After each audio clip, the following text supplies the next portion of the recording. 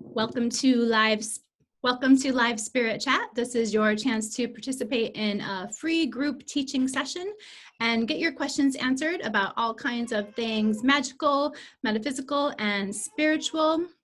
My cats are yelling at each other in the background because it's a really beautiful day and they're fighting over the window. So if you hear some noises in the background, that's what's going on in my neck of the world. So every week we have Live Spirit Chat, and it's a private session where you have a chance to be anonymous but get your questions answered. And I accept early bird questions via Instagram. So at the beginning of each Spirit Chat, I will be addressing those early bird questions, and then we will jump into live questions. But first, I have some special announcements. I want to announce the Web of Life Market that I'm participating in conjunction with Austin Witches Circle and Yarrow and Sage. This is going to be a virtual market with a bunch of local vendors as well as vendors and awesome people nationwide. And this is happening October 16th through 18th. It's an totally virtual online event. I'm going to be offering a class for this event. It's a course on developing your intuition, deepening your intuition. So that's super exciting. And I'm also a vendor for the event, but there are tons of other awesome vendors as well. So I recommend that you check out Web of Life on Instagram, see what that's all about. I'm also going to have some specials to offer as a vendor in conjunction with that Web of Life market. So really excited for that coming up in October. And then the other big thing that I've been working on is the Shadowland workshop, my virtual workshop for shadow work. And it's going well. I'm going to have some updates for my Mystic members, my members via Patreon. Later on today, I'll be updating you all about that work. But that is a really in-depth, intensive class that's going to give very specific tools and techniques for delving into your shadow work in specific areas of your life, like in love and relationships, for anger issues, for healing childhood traumas, all kinds of things of this nature. It's going to teach you about how to recognize the symptoms of your shadow self kind of rearing its ugly head in your everyday life, how to recognize the patterns of challenges as they appear in your life, and how to pick one of those patterns of challenge or one of those areas of difficulty in your life and delve into it and really give very easy to use, but also very specific techniques for delving in and doing the work, going deeper and getting to the root of the issue rather than just addressing the symptoms or addressing the outward behaviors in our daily lives, getting to the root of the issue and addressing it from there, healing from the inside out so that the patterns and challenges don't continue to come up repeatedly in different areas of our lives throughout our lifetimes. So excited about the shadow work as well. And I will now be looking at Instagram to address those early bird questions that were submitted in advance. And if you follow me on Instagram, this is a good opportunity for you to make sure that your questions get addressed, make sure that they get addressed at the top of the hour, and also remain anonymous with your questions. So just about every week, I accept those questions, and I'm very happy to answer them to the best of my ability. So, okay, the first question I have is, how often do you consult your oracle or tarot cards? So me personally, consulting my tarot cards for personal matters is sort of a last resort. And I used to consult them a lot more. So, even I remember a time when I used to consult them daily, just as sort of a kind of daily reading for myself or daily guidance for myself to see, what the sort of energy of the day was going to be and what my guidance was for best traversing the energy of that day. Now I have other techniques for, tuning into my intuition, tuning into my psychic abilities, as well as communicating with my ancestors or my spirit guides, whatever the case may be. And I will consult with like different spirits or different deities depending upon the type of issue that arises, right? So that's a whole nother thing within itself. My point is I have other techniques that I like to rely upon, especially in terms of, it's a part of my spiritual practice, and it's a part of me staying in touch with how my gifts work, and it's a part of me staying in touch with how my communication with other realms works. So it's good for me to just stay in that practice, but it's my spiritual practice, it's part of my everyday or weekly spiritual practice to have that communion, that communication. So typically I can get most answers that I need, or clarity or guidance, through one of those means, even if it's just a sign to confirm something, right? So, when you learn how your intuition works, and you learn how your psychic abilities work, and when you have the dedicated time to participate in that spiritual work on a regular basis, and you remember to look for signs, or to listen for the guidance, or to listen for the information, or to watch for signs in your world, these things become a habit for you, and it becomes becomes a lot easier to get the kind of guidance that you need. So the basic answer is getting back to the basic answer. I only consult my tarot cards for myself when there is a really big challenging decision, or when there's a really big change or a big decisions to make, and something around it seems like it isn't working right, or things feel a little bit stuck, or things just seem like they're not falling together as quickly as I would like, or when I would like. So it's when things start to feel like a little stuck, or there feels like there's resistance in the situation, that I know, okay, there's something that I've missed. There's something that I haven't touched upon in my spiritual work, or something that I haven't touched upon in my meditations. I haven't asked for the right guidance. Like, typically, if there's something you've missed, it isn't because, and you're already doing the work, right? It's not because you haven't been paying attention. It's because you haven't been asking the right questions. So when things start to feel a little stuck or funky or resistant for me in that way, then I know, okay, I haven't seen this from all of the perspectives that I need to see it from. There's something that I'm missing. I haven't looked at this from all angles. I haven't been asking the right questions. I've totally overlooked one aspect of this.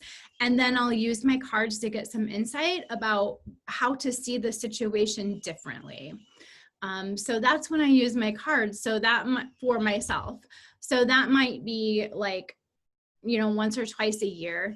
I'll use them for other people in my life as well. I use them for my husband for the same kind of purpose or the same kind of reason. And rarely for my family members. If a family member is feeling in that way that I just described, I'll also use them for them. So I hope that answers your question. I mean, in the beginning, I used to use them constantly, but I just prefer to rely on other kinds of communication at this point, just for myself, When did you learn to trust your own magic? I'm going to try not to make this too long-winded, but the thing for me is that, okay, when did I learn to trust my own magic? Let me just keep this basic and simple. I learned to trust my own magic almost as soon as I started practicing magic, because I had some really intense experiences in my life around that time. And I saw immediate results from magic. Now, let me preface this. The way that I started practicing magic is the way that a lot of people start practicing magic. So I've learned a lot since then. You know, I was 15 years old, but I started practicing magic out of a desperate need to find something else, to find something outside of my own life. And I started practicing magic out of a desperate need to gain some control over my own life. And I jumped into some pretty intense rituals and practices that I really wasn't educated about. I really didn't know what I was getting into, and it was really more of an experiment. You know, I was 15. I felt emboldened. I felt impervious. I wasn't afraid, and so I started jumping right into this ceremonial magic that, quite honestly, it was more on the darker side of things. And I didn't really expect anything to happen, and a lot of things did happen. I started experiencing some very intense, what you would call supernatural phenomena. I don't like the word supernatural because I feel that everything is natural. There's nothing that's supernatural, but just for lack of a better term, I started experiencing some pretty intense supernatural phenomena immediately. So I saw the evidence of magic working very quickly. And that was a really fast and a really powerful way to learn a lesson about how powerful magic can be and how careful you should be with it and how educated you should be. And from then on, you know, the way that I practiced was much, much different. The other thing about believing in my magic is I really had to believe in myself. I didn't have a choice. And those of you who have been like with me for a while, which is basically all of you here, you've probably heard like bits and pieces of my story. I had a really difficult childhood. I had a really traumatic childhood. I went through some serious abuse. I didn't have an easy life as a child. So I remember that books were a huge like lifesaver for me. I had some really great teachers when I was really young. I had some people who introduced me to amazing literature, and that was really a lifesaver to me. And I remember Maya Angelou, and she wrote about her difficult childhood and the abuse that she had gone through. And she wrote about it in such a way, she talked about finding peace within her mind.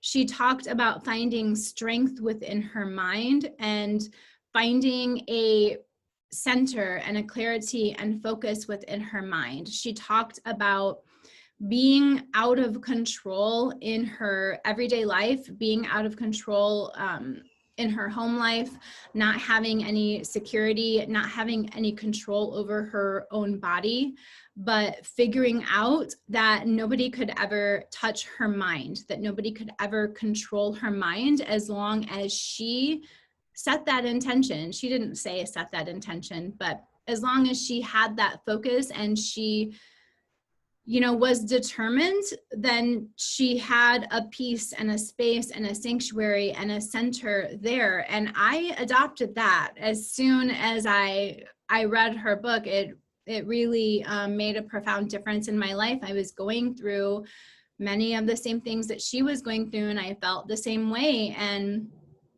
when was at a young age, like 11 years old. So when I realized that I could develop a focus within my mind where nobody could influence me, where I was really in control of my reality, where no one could change what I think, no one could tell me what to think, nobody could tell me how to feel about myself. I could develop these ideas and this world for myself, and it was all a way of really gaining strength and security and confidence within myself, and sort of preparing myself that I knew one day I was going to be free from this situation. One day I was going to, you know, not live with the same people anymore, and have a different world. You know, obviously I could see that the world was a bigger place and that there were other things going on for other people. And I was like, one day I'm going to be out there. I'm not going to be in here. So let me start preparing in here first. And that was that mental preparation at a young age, creating that focus and clarity for myself within my mind, and setting that intention of willpower and that determination that, you know, that no one could influence me in that way, and that I could create my own reality in some ways. That was huge for believing in myself and believing in magic when it came a time to believe in my own magic. I think that focusing on my mental state and my mental strength in that way made a huge difference in terms of believing in magic. I had already developed that sort of focused intent. You know, I had already learned that if you believe in something and you focus on something and you create an inner space for it, then it will work out. So I had that experience, and I think that was a huge part of believing in my own magic. So that's when I started to believe in magic, or how I started to believe in my magic or trust my magic. You have to experiment. People are, but not in the same way that I did. You have to experiment safely. People are often afraid to experiment with magic when they're learning. They feel like they have to first trust the magic, or first trust their own ability for the magic, but it's really the opposite. You trust it when you feel it and when you see it, when you experience it. And not only that, but you won't learn to strengthen your practice, and you won't learn to be a proficient magician until you really put in the practice. It's a learning by doing situation.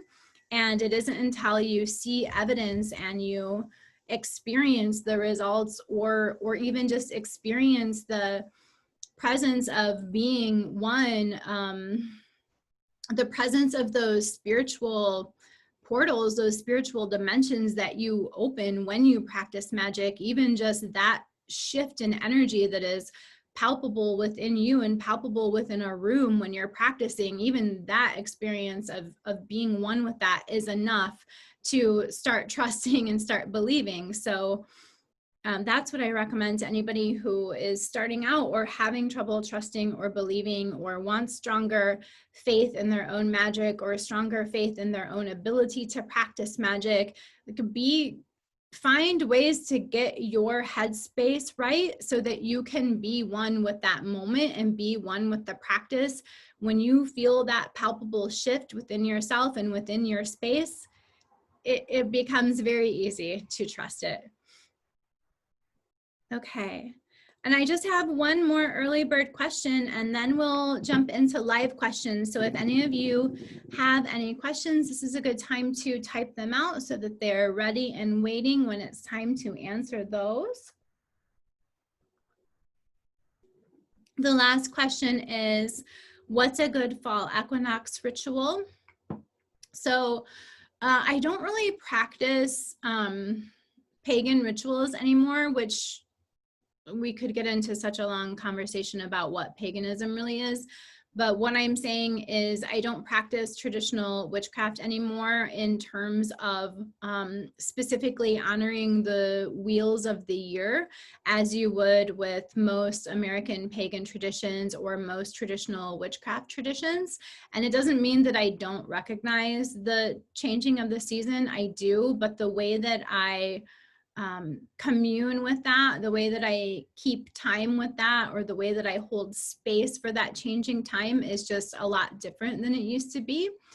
But one of the things about the fall equinox is that we're ushering in, you know, shorter days. So something that you could do is have a ritual to say goodbye to the sun to say goodbye to the heat or the power of the sun, you know, say goodbye to the height of summer, right? That's over. So I'm just thinking about this in terms of connecting with the elements.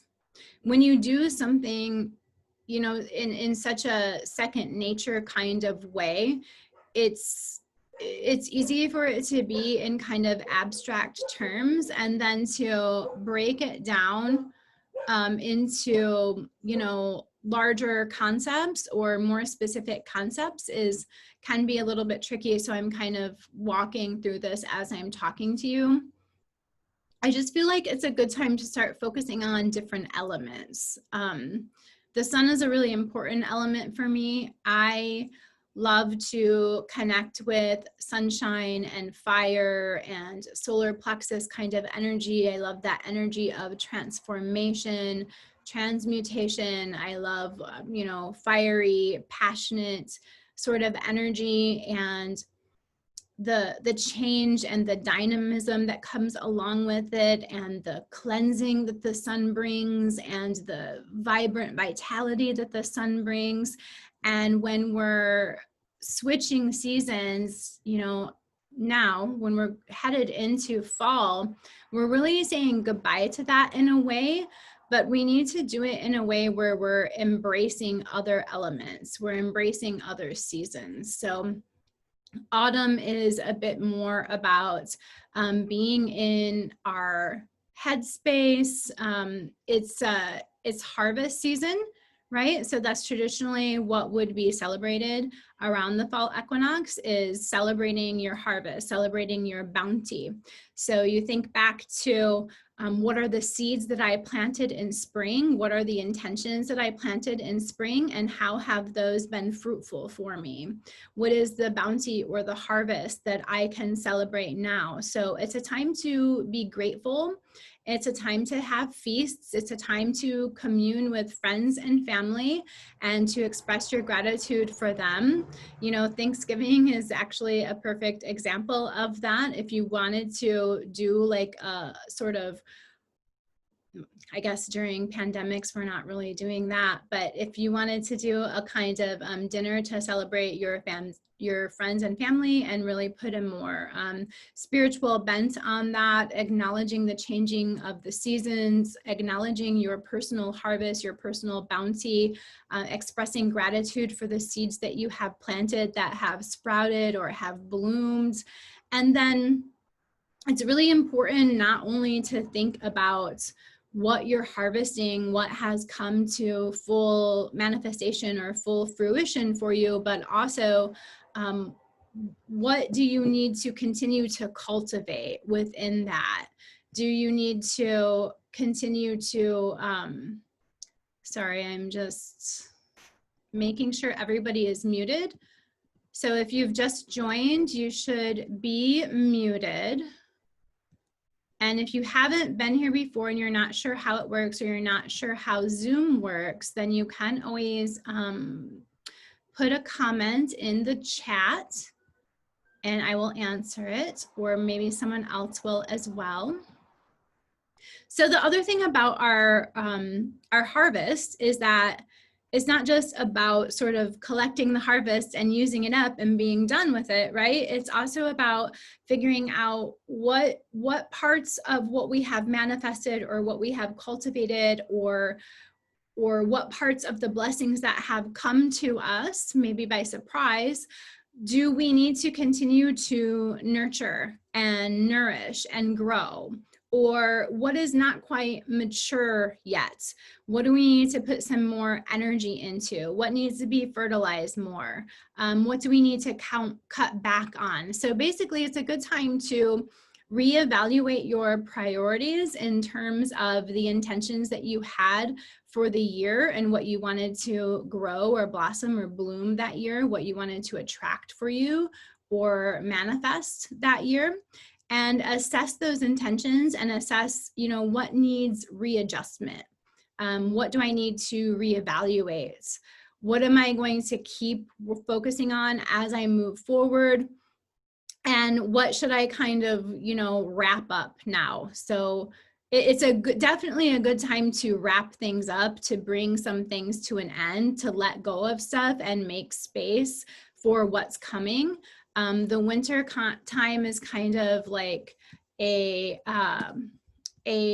spiritual void in a way, right? Or an energetic void in a way. It's a time for us to incubate, to hibernate. So it's good in the fall to cleanse, to let go of things in order to make space in your life so that you can usher in new at a later date, so that you have space for that quiet contemplation that comes in the winter.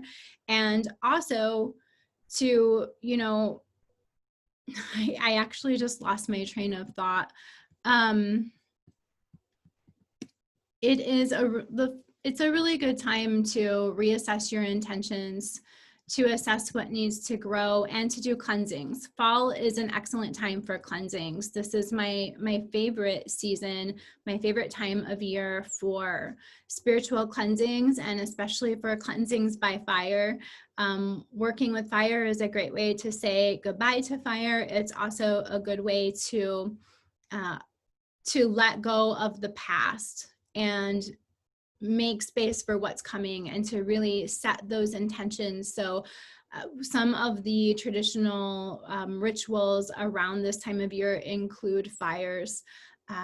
People burn their leaves, you know, that's something that's still left over from those traditions, but having some kind of a bonfire or an outdoor fire if you can, or having you know, a fireplace, or maybe even just some extra candles in your house, and kind of holding vigil. Hold vigil, express gratitude for what you have harvested, reassess your intentions, reevaluate how you want to move forward from here. And then, you know, set the intention that you are making some space so that you have quietude and you have reflective time moving forward into the winter, and focus on that cleansing, especially if you've had any difficulties coming up in the summer or the spring, which basically all of us have. So I know that's not really a fall equinox ritual, but it is definitely a way to recognize the changing of the seasons and how those changing energies affect us within our life cycle and within our yearly cycle. And I'm going to go ahead and address some of these questions that have been put in chat. So if you have just been joining, I am taking live questions now, and you can go ahead and put those in the chat box, and I'll answer them when it's your turn, or you can wait, but it's a good time now to submit live questions. What is your definition of the mysteries? I've been told my son has mysteries walking with him. So I believe that that term is going to differ greatly depending upon the tradition that the individual is coming from. I think in some traditions, this phrase, the mysteries, is going to mean something different.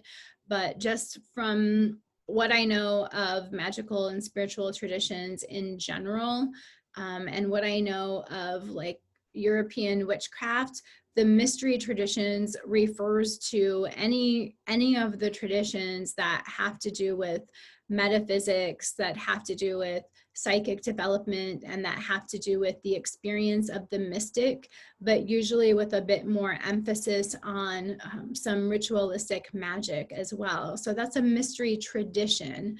It covers a wide range of those things, but tends to be focused on ritualistic magic as well as the experience of the mystic and the development of the mystic.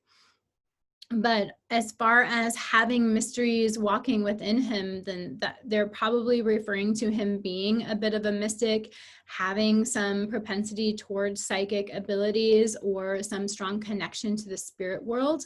But I'm not specifically familiar with using the term in that way. How long should we keep observing a spell candle, be it 1 day candle or over 3 to 5 days, or even visual candle, to observe how the spell is working, not working, or rather the results. You should observe the candle the whole time that it is burning. So even if a candle, you know, needs to pause, even if it's going to burn for 5 days, but you have to put it out for 1 day because you're not home or whatever, which is totally fine, by the way. A lot of people will say it's not, but it is. In my humble opinion, it is. So even if you have to put your candle out, or even if it continues for several days, like you're describing, you should watch it every day. That doesn't mean you have to watch it every second or every hour of the day, but you should check in on it each day that it's burning, just to see what's going on with it, see what the signs are there. So the whole time. And then when it's complete, when it's fully extinguished, then you kind of put all of those signs together. You kind of like summarize them in your mind, put them all together to make your final assessment, as well as the additional information of the final wax formations and the final results, like on the plate or in the glass or on the wick, whatever the case may be. So those final results are going to be added to all of those signs that you've seen while the candle is burning, and you're going to kind of, you know, conglomerate and summarize that to make your assessment about if it's working, or what needs to be done next, or what the blockages or obstacles are, or, you know, how to best traverse the situation going forward. How important is it to wait for the astrological aspects to be favorable to do something, whether it's spell work, having a talk with someone, etc.? Well, that's going to depend greatly upon your personal opinion and how you feel about it. So for me, when I'm practicing magic, when I'm casting spells, I rely much more upon my intuition and how I'm feeling on a daily basis, and how, you know, I'm very sensitive to energy.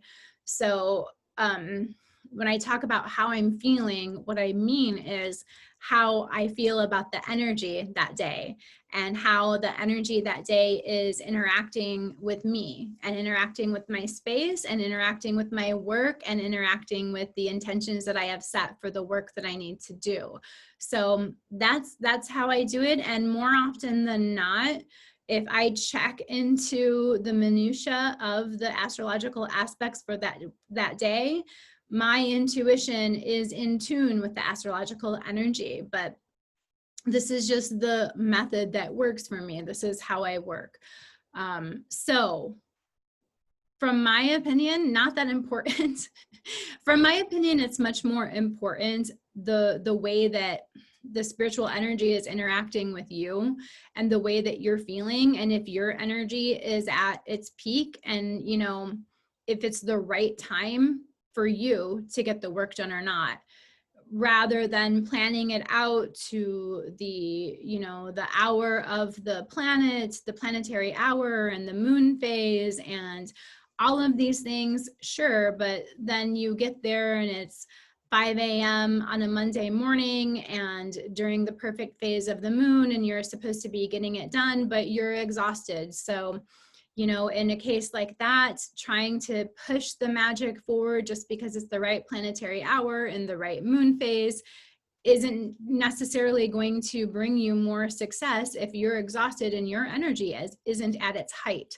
So for me, in my personal opinion and in my practices, the energy of the practitioner is a bit more important than the astrological aspects. Now, that being said, a lot of times if I spend a lot of time to check into the astrological influences, usually when I feel right about practicing the magic, it is in alignment with some favorable astrological aspects. So it's not necessarily that they're not important. It's just that I have a different method of tuning into this stuff. It's the same thing like with the tarot forecasts that I do. What those forecasts are often tuning into is the astrological energy. But I'm just using a different method for tuning into that energy, you know? So if you have something really important, a big decision or a big event or a big talk to have with someone, for example, then it may be really beneficial for you to plan things out really carefully. But I would say don't be too rigid about it. Don't stick to it to the extent that it's going to be, that it could become unfavorable for you, you know? A lot of the way that I do things has just become so, like, it's just second nature to me. It's just the way that I do things. Like, I take care of my finances and my budget on Thursdays. I do love work on Fridays. I do road opening and cleansings on Mondays and cleansings on Wednesdays. Like, a lot of this has just become so much a part of how I operate and run my life that I don't think about it very much anymore. But what I'm saying is it's important, but you don't need to become fanatical about it, and you don't need to become rigid about it. And it's more important that you're in tune with the energy and that you're feeling right about performing the work, or you know, taking on the task or whatever it may be. What's a good spell or bath for anxiety? Okay, so one of the things that I like for anxiety, or one of the baths that I like for uplifting energy, is a really simple citrus bath that I've talked about probably 5 million times, but I will love to talk about again because it is my favorite bath, and I think that you will feel, I think that you would have some good results from it. Now, I will say that with anxiety, it's a little bit tricky because you may need to get down to the root of the problem first, right? So it's going to be more beneficial for you to do some thinking about this and some sort of like self-questioning about this, and to really like face it head on and be honest with yourself about why you're feeling anxious, because it may not be super helpful to address the anxiety if the anxiety is a symptom of a deeper thing. So a really common thing is a lot of people have anxiety because they have a fear of being out of control, and their anxiety comes to the surface or becomes problematic when they are in situations in their lives where they're feeling out of control, or they are out of control, when there are things that they can't control. So in that case, I would say, you know, pay attention to that feeling of being out of control and ask yourself why you need to be in control. A common root problem of a need for control is a lack of faith in the universe, lack of faith in your life's path, lack of faith in yourself, lack of faith in life, just feeling as if things aren't going to work out for you, like they're not meant to work out for you, like the universe is against you, and as if things aren't going to work out for you unless you are the one that controls it and makes it get done. It also gets into issues of like responsibility and being hyper vigilant. If you're somebody who thinks that everything is your fault, then you have to be responsible for everything, or vice versa. You know, if you think that you're the one that makes everything happen in your own life, or that you have to make everything happen in your life, then it's also your fault if anything is not right, or if anything has gone wrong, or if you have challenges or difficulties. So having these kinds of like control issues, or that lead to anxiety, these sort of underlying things, it can be about understanding what your role is versus what is the role or the job of the universe. Like really being like, okay, I'm just going to mind my own business, like really your own business from a spiritual perspective. You know, it's my business to take care of myself. It's my business to get my mind right. It's my business to do the best that I can. But at the same time, I know I am not the creator. I don't run the whole universe. You know, I can have a strong effect on manifesting my reality or changing my world, but I don't run the whole universe. You know, I didn't create capitalism. I didn't create patriarchy, for example. I live in this country and I didn't create this and that, you know, so just knowing what your job is and knowing what the job of the universe is and knowing what other people's jobs are and being able to cultivate some faith that these other jobs are going to get done and that you haven't, and accepting that you have no control over them and really focusing on what you do have control over. So anyway, the reason I said that is because the bath that I really like is sort of an uplifting bath. So you can look at uplifting energy from a couple of different perspectives, because uplifting is going to sort of raise your vibrations, but also brighten your mood. If you're feeling really anxious, you might not want to amplify your mood. But on the other hand, an uplifting bath is also, it's literally lifting off of you heavy or stagnant energy. And that heavy or stagnant energy could be the cause of anxiety. So something I recommend trying is squeezing a bunch of fresh limes into hot bath water and adding kosher sea salt. It's very simple, very powerful. And what I would also say is that this would be better for a time when, like, this is not what you do in the middle of a panic attack, right? This is not what you do when you're like freaking out with anxiety, you know?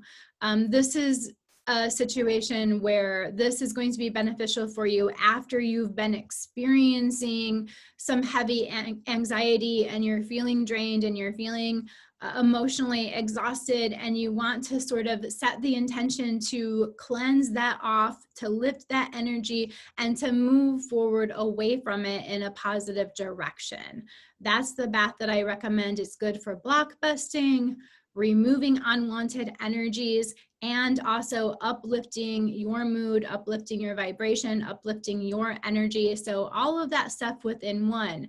Now, if you were instead looking for something to rather calm you, then I would also go back to basics. I would use some lavender and perhaps some pink rose petals and just brew that up into a strong bath.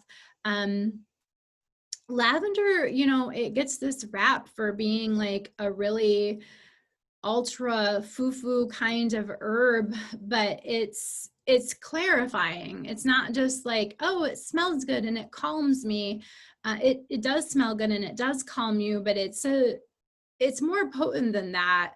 It's a very clarifying sort of energy, meaning that it can bring you clarity on all levels. So we're talking about offering you more mental clarity, offering you more emotional clarity, opening up your heart, opening up your mind, and offering you more energetic clarity, right? So it can be useful on many levels with anxiety. When you think of anxiety and how it sort of restricts people and kind of keeps you in mental bondage, it's clouding your thinking, it's clouding your judgment, it's clouding your perceptions. If you're experiencing a lot of anxiety all the time, you're experiencing a lot of fear. And that's going to color or influence the way that you do everything. It's going to influence all of the decisions that you make and the way that you interact with people, the way you interact with the world around you, and the choices that you make. It's all going to be influenced by fear. So you want to focus on clarity, on being able to see things clearly with freedom from that fear.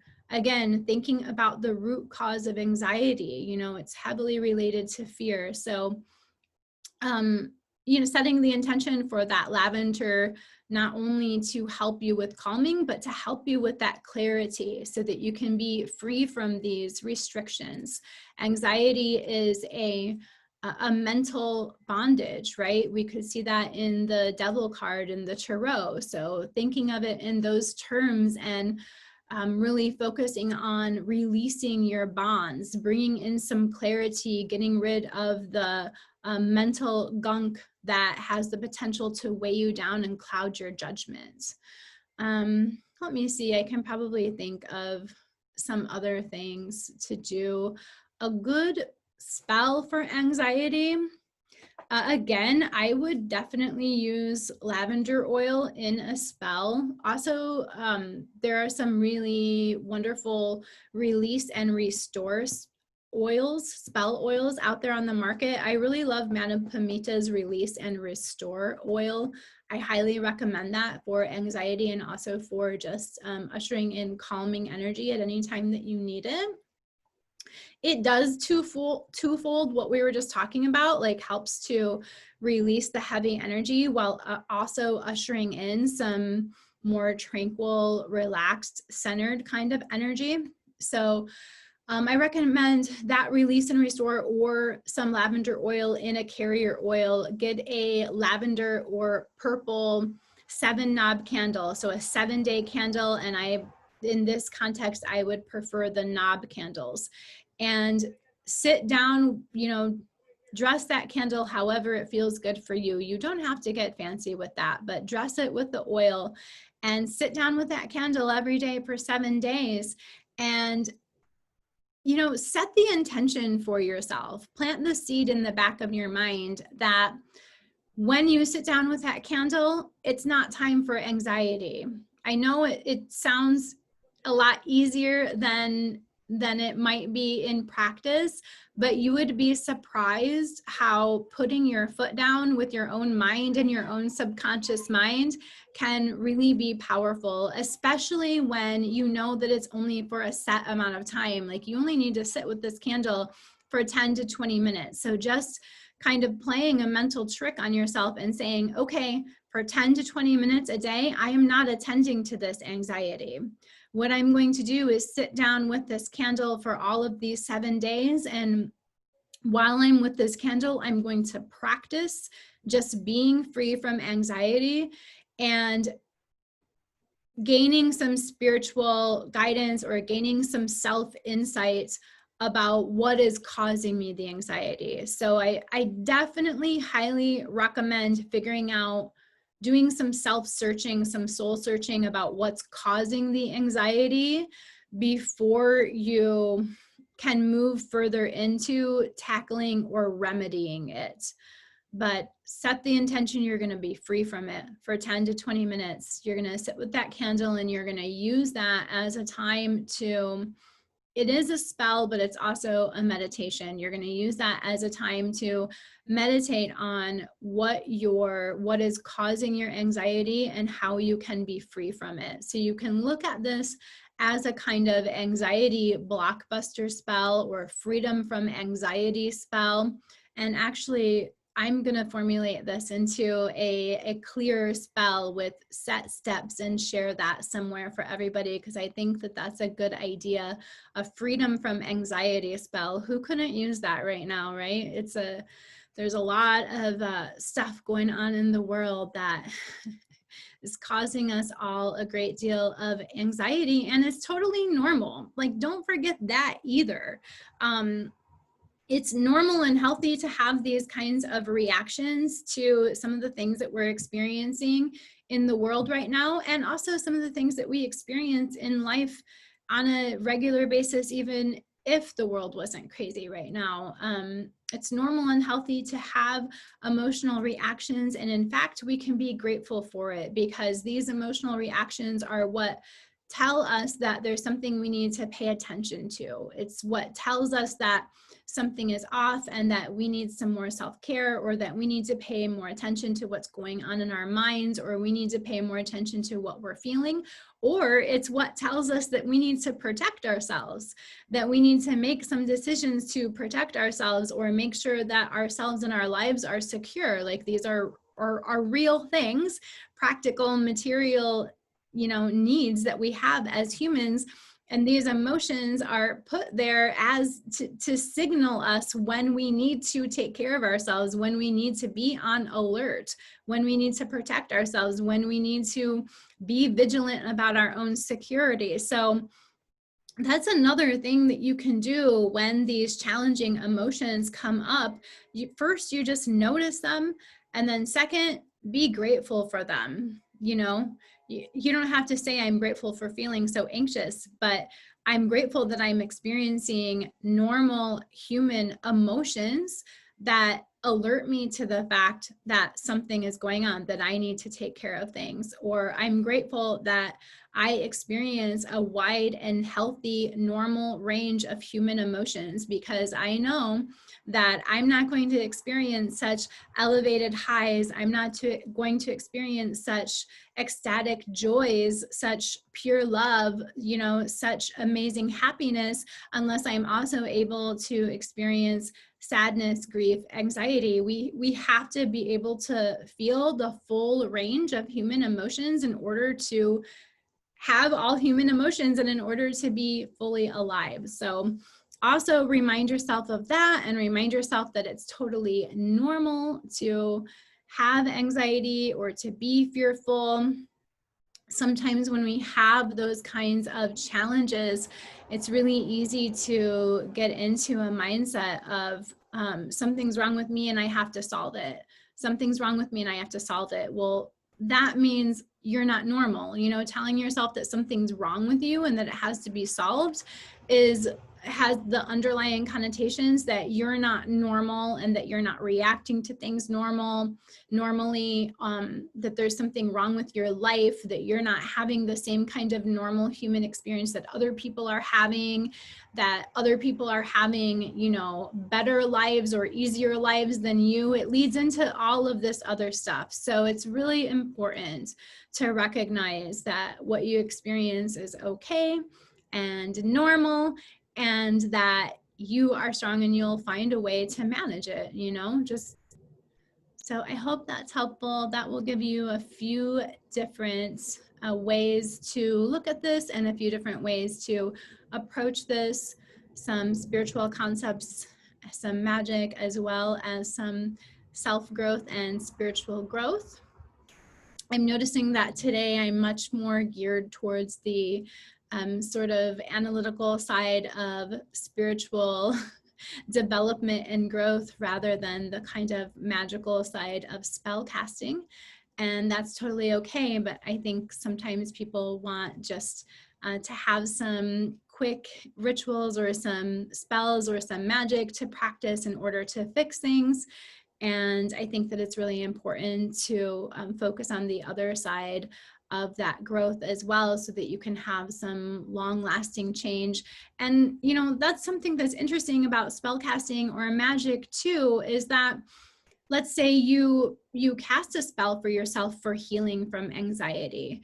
Well, the way that that spell works, what it actually does for you might actually lead you to those deeper recognitions or that deeper growth within yourself, and usher you towards changing from within or adjusting your mindset or whatever the case may be. So that's a huge part of how healing spells work. They arrange circumstances in your life to assist you with making the changes that you need to make, or gaining the knowledge that you need to gain, or gaining the help that you need to gain, so that the change can come from within you. So if you already start from a place where you understand that the magic is going to help you change from within, if you already are changing from within, then there's so much more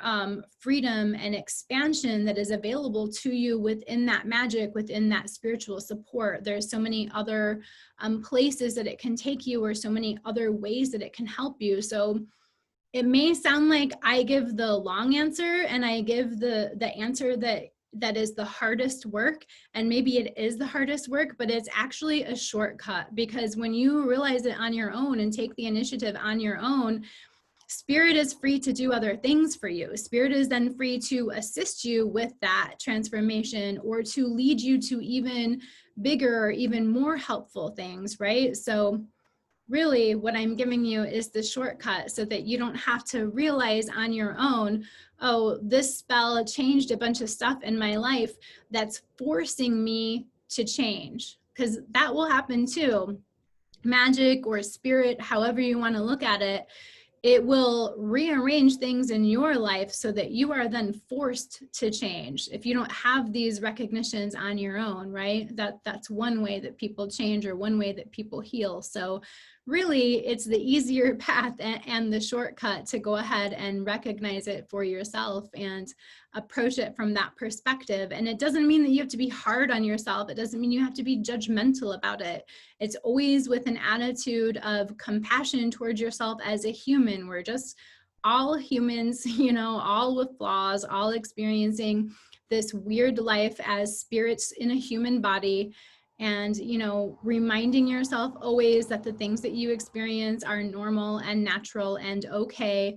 But at the same time, you also want to grow and transform, and you also believe in yourself that you have the ability to do that.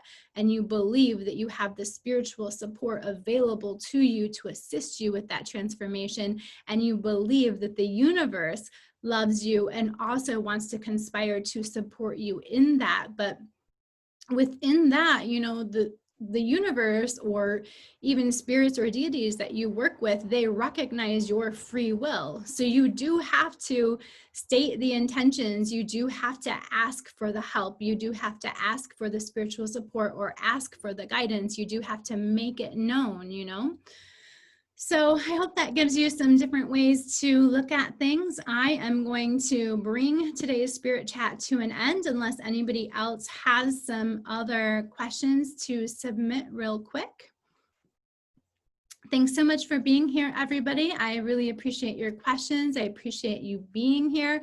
Don't forget, if you're watching this on YouTube, live spirit chat happens almost every Sunday. That's a big thing. We did recently have a time change, so it's happening on Sundays now, almost every Sunday at 12 noon United States Central Standard Time. If you follow me on Instagram, you will get updates about that, and you will also be able to submit early bird questions. Thanks so much for being here. Be well and be blessed.